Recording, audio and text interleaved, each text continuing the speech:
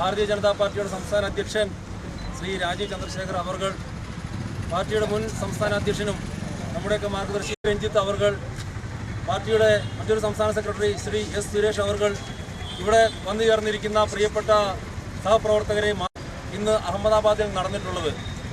ഇതുവരെ കിട്ടിയിരിക്കുന്ന വാർത്തകളനുസരിച്ച് 240ഓളം നമ്മുടെ സഹോദരങ്ങൾ അപകടത്തിലാണ് എന്നതാണ്. ഈ ഒരു അനുശോചന യോഗത്തിൽ അനുശോചന കുറിപ്പ് നൽകുന്നതിന് വേണ്ടിയിട്ട് ബഹുമാനപ്പെട്ട സംസ്ഥാന അധ്യക്ഷൻ ശ്രീ രാജീവ് ചന്ദ്രശേഖർ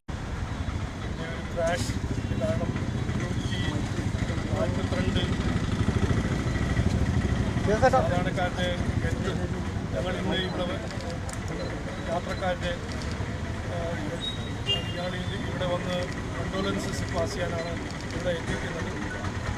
ഇന്ന് ഞങ്ങളുടെ എല്ലാ പൊളിറ്റിക്കൽ ക്യാമ്പയിനും ഞങ്ങൾ പറഞ്ഞ് വാദിച്ചിട്ടുണ്ട്.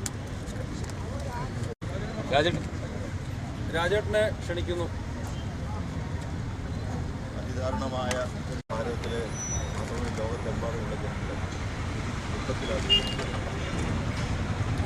അപകടം ഉണ്ടായതിൻ്റെ പശ്ചാത്തലത്തിലാണ്